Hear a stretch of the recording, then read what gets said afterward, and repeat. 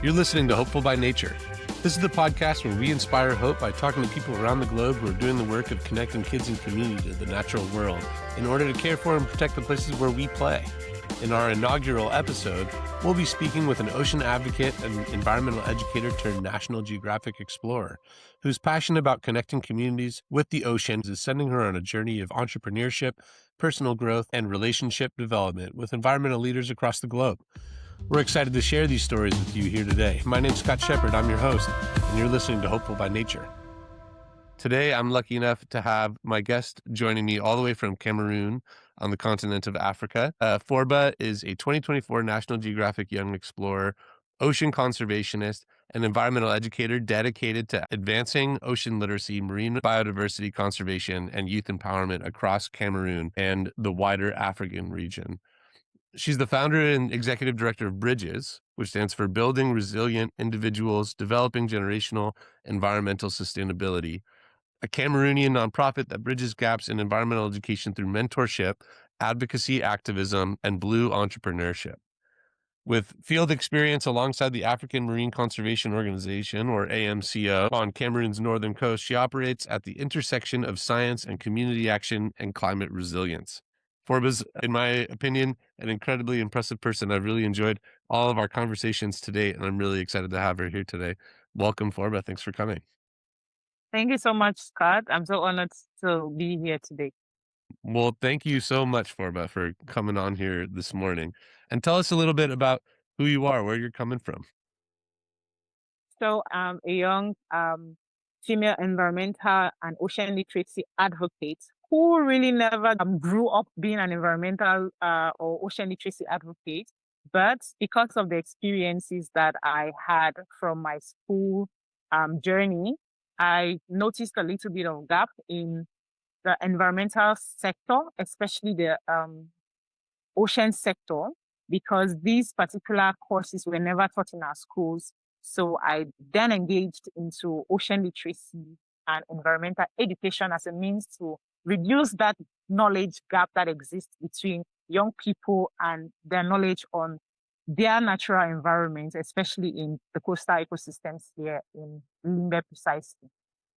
So you identified a gap in learning that young people weren't feeling connected to nature, weren't really feeling connected to the environment and the ocean.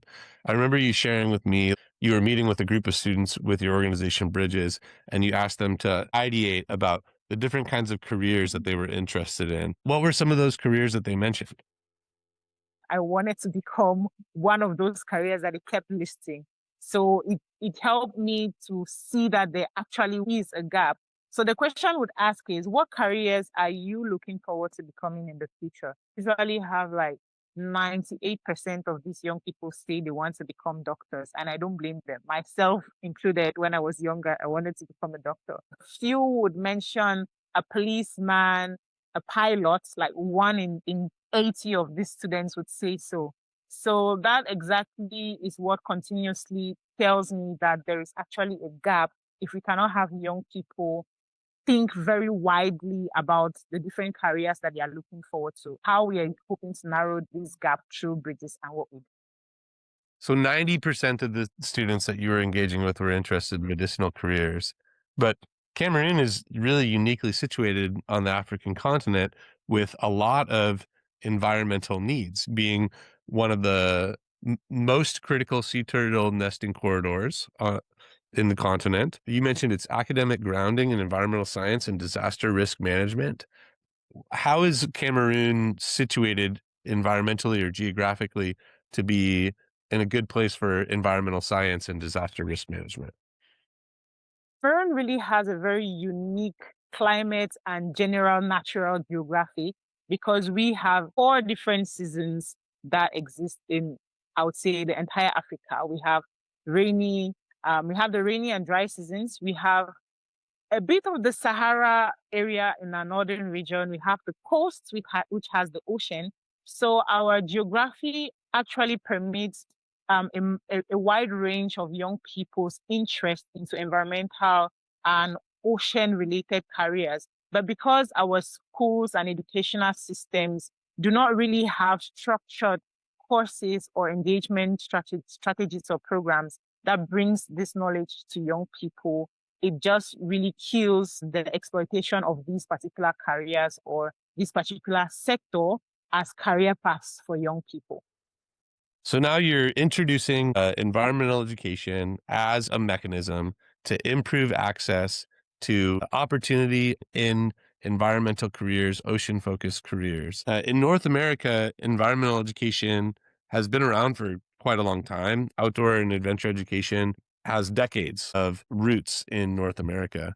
But, or in Cameroon, it sounds like that's not really the case, which creates an opportunity gap for you to step in.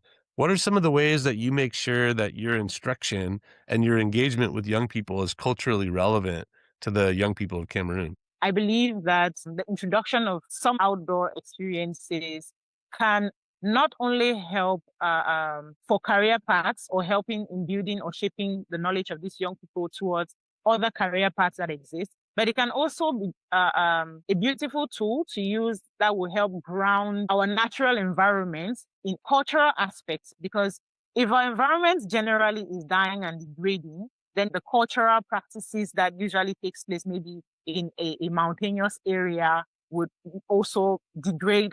So helping these young people see towards careers that in the long run help the conservation of these natural environments and natural sites can directly impact their the ways that the cultural aspects around these ecosystems and can also be sustained. People are culturally connected to the environment in their areas of Cameroon. And in order for cultural connection to continue sustainably, people need to be actively engaging in conservation to care for and protect those spaces that have cultural significance. The other thing that really stands out to me, which I think is really unique about your program, is in North America, so often outdoor and environmental education is focused on recreation. Hands on outdoor experiences are wonderful, but the focus of your work is really on career technical exploration. There is a wide range of careers based on my observation and my growth from not knowing after having gone through the educational system and knowing because of my curiosity and my engagement in, volunteering with some organizations that really helped me see that there exist so many other careers. So we encourage these other careers through activities such as photography mini lab sessions, where we train these young people, helping them understand that being a photographer could not just only be recreational, but it could literally be a career path. We are also looking forward to encouraging young people in the skills of swimming. This particular was very important for me because I only learned how to swim like 2 years ago. And I realized that the actual problem of not really looking forward to careers in the ocean sector is because, first of all, I was scared of swimming. So in order to bridge this fear or to build confidence, we introduced swimming that can help build their confidence in water and open them up with our practical sessions or theoretical sessions that talk about careers in the ocean sector, like the water cinematographer, a filmmaker, a marine biologist. You'll be able to swim and then in the long run, learn diving that can permit you study those organisms directly in their habitats, being able to communicate it as a career because these careers are not common. I would have, with this knowledge right now, chosen to be an oceanographer or a marine biologist, but I decided to take environmental education as a tool and a strategy to bring this knowledge to more young people in the hopes that in the next future, there will be more young people looking forward to becoming marine biologists, oceanographers, underwater cinematographers, and filmmakers. What I love about what you're describing is you're positioning yourself as really a regional leader in STEAM, engaging people in photography, in videography, in storytelling. You're weaving in the arts into marine biology, technology, engineering, and mathematics. And not just that, you're providing people with a direct connection to place by teaching them a technical skill that allows them to engage in an environment that they may have previously been afraid of or lacked significant access to. That's amazing. One of the things that we talk about a lot in environmental education is why is it important to protect the places where we play? but young people won't protect places if they don't play there. So by teaching them the opportunity to swim, to dive, you're giving them the opportunity to build a relationship with place Connect. before you're asking Absolutely. them to go out and protect it. That's amazing. So as a regional leader in STEAM, in the African diaspora, you were invited to join National Geographic Young Explorers. Can you tell us a little bit about that? This particular award really shocks me, but I would say it's because of my curiosity and the identification of that gap that I keep on talking about. Because when I was before I was getting into the university, like I said, I wanted to become a doctor, but my engagement with a lady who helped me see that there are aspects about me that would just flow and I would just flourish in it if I take a particular career path based on my hobby and based on the things that I saw that irritated me in my environment. So I got into the university and then I was exploring environmental sciences. I noticed that it was not only filled with a few young people, but many of the people around me never knew what they would do as careers when it came to that environmental science. I didn't know what I would do with it. We were not actually given directives about what we could do. So I started volunteering with an organization that deals with the protection of orphaned animals in the Limbe Wildlife Center that is right in my town. I wanted to explore so I know the path that I'll actually take would be something I'll enjoy doing. So I then volunteered with another organization called AMCO, African Marine Conservation Organization. This organization was one of the only organizations that deal with ocean, marine species and their conservation. Because I had no expertise right from school, I would read and learn about species, learn about the ocean, and then take it to classrooms. I then realized that this particular aspect is something that I've lived. I never got a classroom session that talked about the ocean, about the fact that we have dolphins, we have whales that migrate in our Atlantic Ocean environment here. And it then struck me that what can I do as someone who has lived this that can help the next generation? I took it up upon myself and started putting myself out there, searching for opportunities online that had to do with the ocean, the environment, to really try and find the niche. I stumbled on an externship for the conservation of marine and coastal ecosystems, hosted by then Paragon One, but now called Extern. This externship was a 2 month program sponsored by the National Geographic Society and the Nature Conservancy. So I hopped on that externship. I got it only after the second trial and learned from experts for over 8 weeks. My final top project was on the conflict between artisanal and industrial fishing trawlers, the problems that artisanal fishermen face when they are on sea because of their limited authority on their own fishing areas. I successfully completed the externship. Months later, I received a nomination from the National Geographic Society. This nomination does not really just entail that when you're nominated, you get it. We all had to submit projects that would help us stand out as to whether we'll be given the award or not. So I asked myself, what would I really love to continue doing even after the award has been given and the project would have been executed? And I went with education. So my project was talking about hosting an ocean literacy campaign to different schools across Cameroon. I was hoping to use the award to do environmental and ocean literacy campaigns to the 10 regions of Cameroon. And I got selected to bring that because not only was it the very first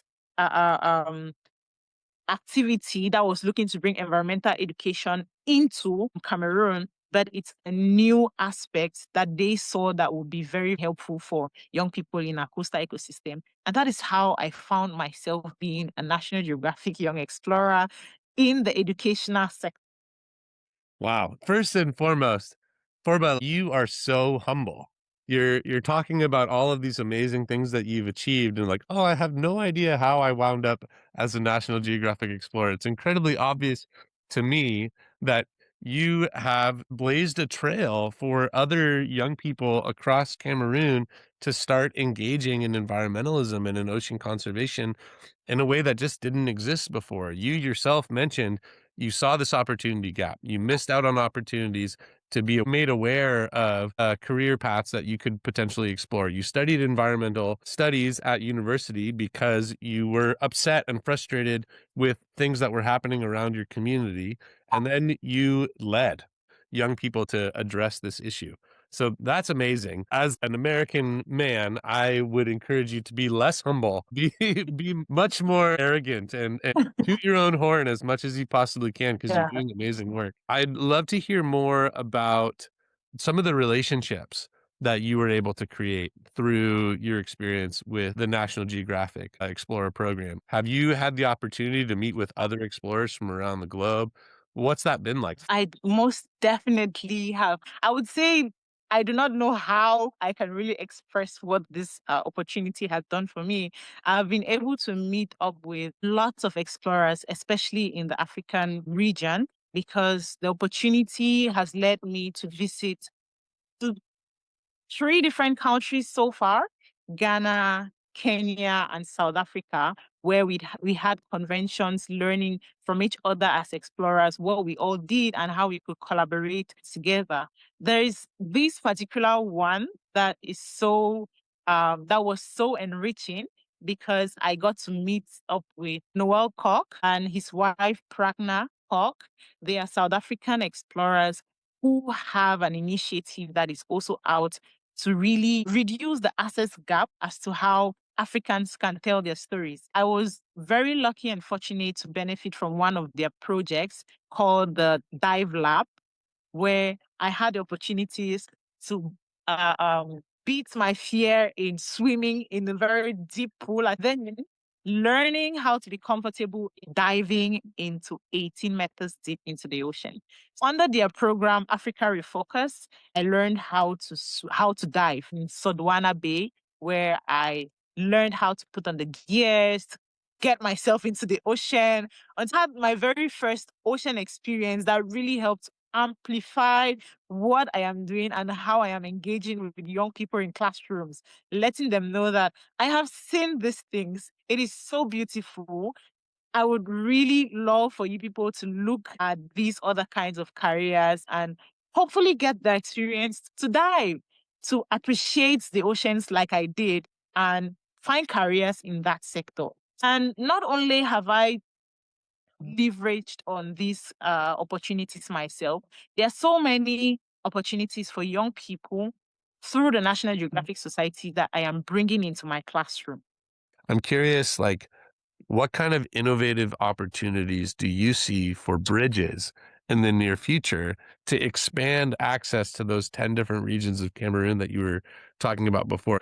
Before we started the call, you were mentioning it's hard to run an organization. This is challenging. You know, there are unforeseen barriers and challenges that I didn't expect to have. Now that you're meeting the reality of those challenges, how do you plan to address them in the future?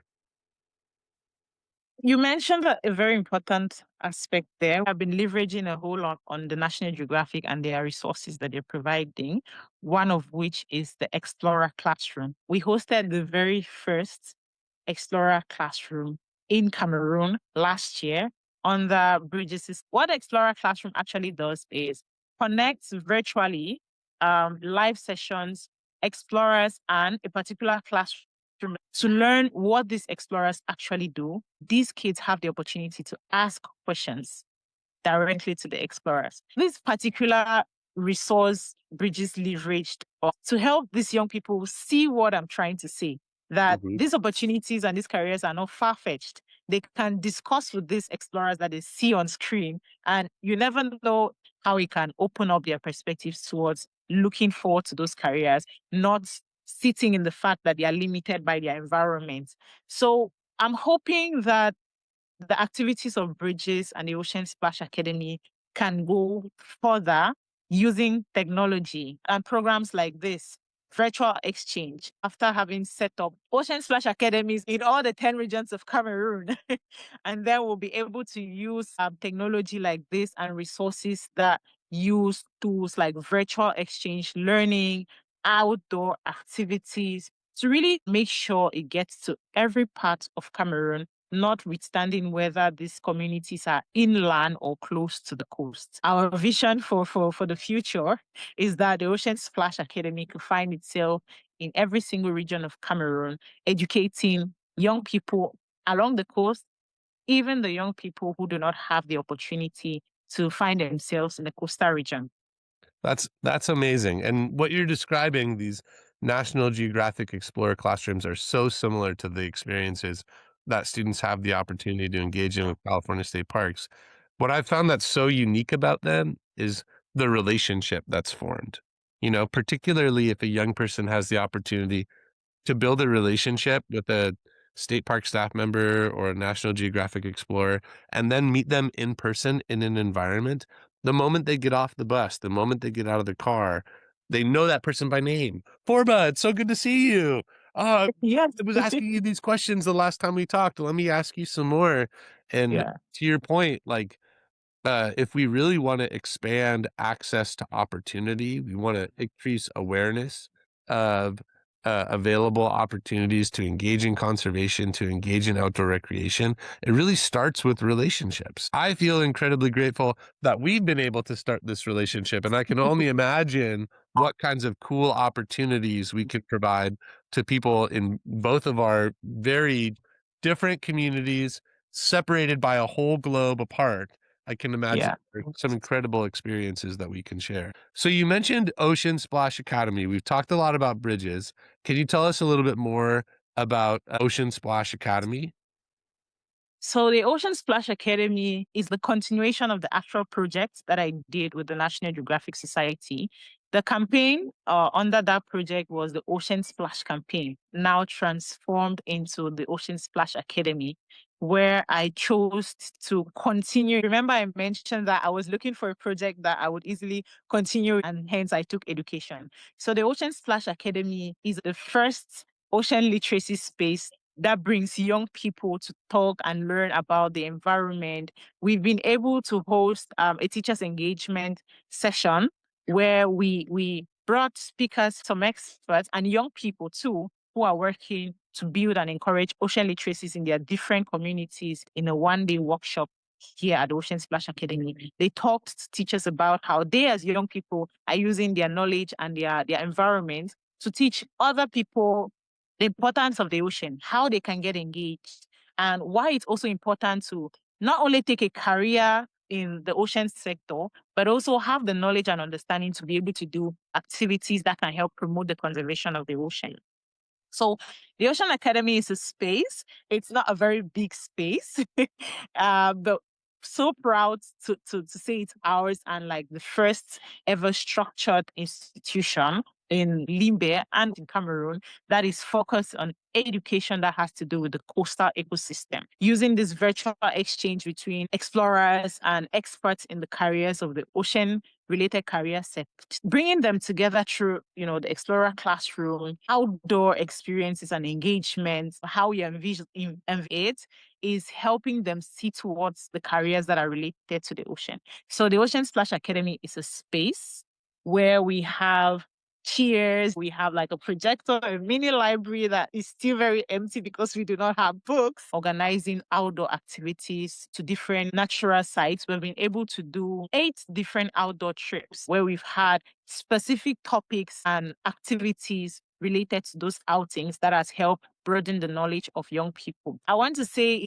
it's proving to have huge potentials because so many parents who have allowed their children to get engaged in these opportunities have seen that these young people learned a lot within these outdoor experiences. We've heard from these parents that they are really looking forward to having their children engage and learn through programs like this so that it can broaden their minds as to different opportunities that exist. That's incredible. So, yeah, it's no wonder that National Geographic invited you to be on board as an explorer. You're a pioneer in your field. You're creating new space for young people to engage in opportunities that they would never have the opportunity to do otherwise. and you're speaking to the values of the community so effectively that parents are motivated for their children to participate. I think I shared this story in one of our prior conversations, but I was working with a small outdoor education nonprofit in Southern California with primarily young people from different countries around the world that were arriving to the United States. And one young person in particular was incredibly passionate about the work that we were doing, was really excited about outdoor and adventure experiences outside, and their parents did not understand the value. What they were really interested in was ensuring that their child had academic opportunity and career success. This young person ended up joining our leadership program, being trained to become an instructor for the organization, and received the Gates Millennium Scholarship. His scholarship interviewer told him that it was specifically his outdoor and adventure leadership experience that set him apart from other applicants. So we changed the way that we were presenting our work. It was no longer about recreation. It was really about career opportunity and academic success. And it's so cool that you've found that all on your own in a space where this just doesn't exist. You're creating this opportunity. I applaud you. I think that's amazing. It sounds like Bridges and Ocean Splash Academy could use the support of some people from around the world that might be listening to this podcast. What should listeners do as soon as they put down this podcast to try and support Bridges or support Ocean Splash Academy? Should they go out and buy some books? Like, what is it that you need? We do not only need financial support. I've mentioned we have a space where young people could come and sit and learn. We need books. If there are possibility for not only financial supports, but material supports, because there are a couple of things that we've been using to actually bring technology into our study activities, like a VR headset. We've had the opportunity to rent VR headsets 3 or 4 times where we've taken it out to schools using internet and 360-degree videos that we see online to bring that experience to young people right in the comfort of their classrooms and throughout different activities. Maybe even binoculars for bird watching during outdoor activities. We've registered Bridges as a local organization. This now provided us the opportunity to get an organizational account that we can receive funds that can help us run these projects.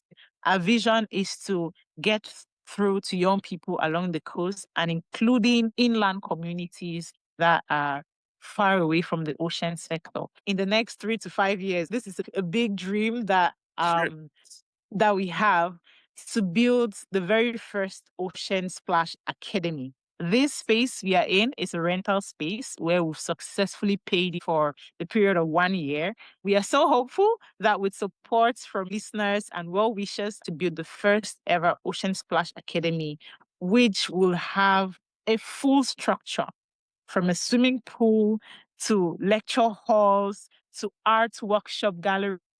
So the vision that we are having for the Ocean Splash Academy is working to give access to knowledge to the ocean sector and building skills towards careers that exist in this sector that can really help the conservation of Cameroon. So it sounds like, number one, being aware of the fact that you folks exist is a great way to support the organization, spreading the word of the great work that Forbah is doing in Cameroon to help raise awareness and opportunity in ocean conservation career paths for young people. Number two, there's a need for some material support in the form of things like VR headsets, in the form of things like books, in the forms of things like binoculars. I could imagine you wind up with some incredible sponsors in the near future. In addition to that, some financial support in the form of monetary donations for the construction of a new facility that's going to allow you to continue expanding access to young people across Cameroon. How do people learn more? So we have social media platforms on LinkedIn, Instagram, Facebook, YouTube, and we have a website. Our website is www.bridgesforocean.org. I forgot to mention one other very important assistance that we could really use.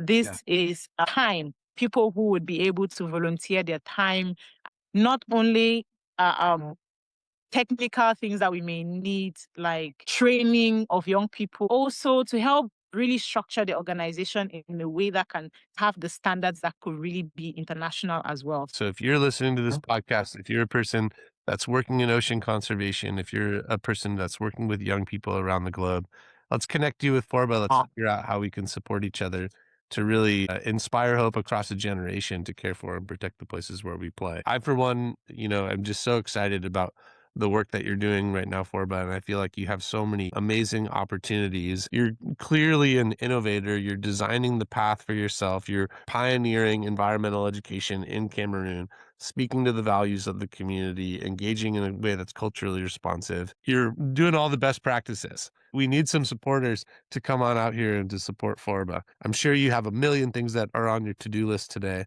So I'll let you go shortly. But before I do, I always ask our guests what listeners can do as soon as they put down this podcast to help continuing to care for and protect the places where we play. In your case, what do you feel like people could do right now to help care for and protect the ocean? I always go for the really little things that may seem insignificant, but if done consistently, helps the ocean massively. I would say be very conscious about taking up sustainable practices. It can be as little as denying plastics from stores. It can be as little as talking to someone about their habits on the environment and connections to the environment, bringing up your children in the knowledge and understanding that the ocean is our responsibility because its health entails our health. I couldn't agree more. We can all take on small individual actions. What really inspires me about the work that you're doing at Bridges and the work that so many people like you are doing around the world is that they're inspiring community action. They're taking young people, uniting them around a shared value and a shared resource, and encouraging them to work collectively as a community to care for and protect those places. We can all use a reusable bag. We can all stop using plastic. But if we do it together with our community, our impact will be so significantly greater. So again, Forbah, I'm just so appreciative of your time, of your attention, of your hard work, of sharing the stories that you shared with me here today.